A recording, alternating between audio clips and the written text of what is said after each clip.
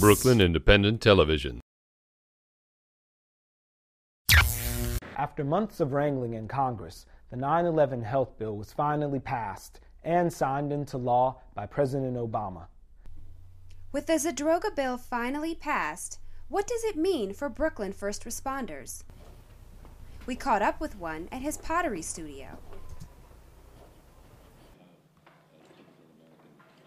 It has definitely been therapeutic. Although I go to therapy twice a week, this has also just given me an outlet to come and just be calm and just push things aside and just lose some thoughts that are in my mind. And thoughts that Dan Moynihan still has as a result of being at Ground Zero just hours after the attack. He told me how that day started. I did a Tropicana juice route, delivering juice, stores and delis and this and that. And so I thought it's like any other time we were doing the route.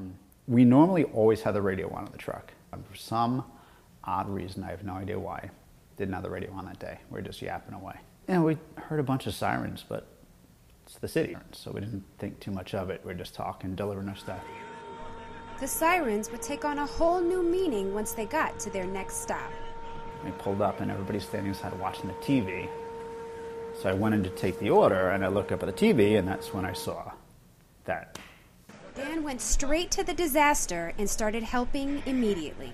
I've been in the fire department for 19 years, so all of a sudden your mind shuts down, your brain takes over. He worked at Ground Zero for a month, but there was a cost to his service. The EPA had already said, oh, the air's fine. Don't worry about it. We've tested it, there's nothing wrong with it.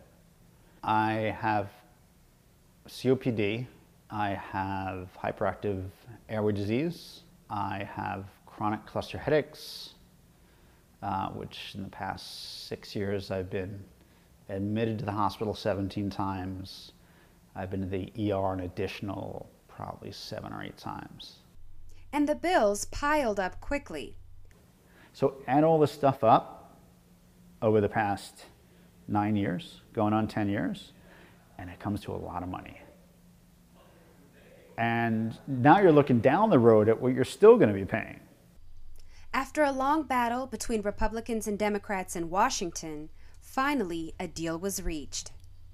Although it was watered down, I was quite happy. 9 years later, and there's finally recognition. Congresswoman Nydia Velasquez, a supporter of the bill, had this to say. That it's important for them to know that with passing of this legislation, we are honoring their valor.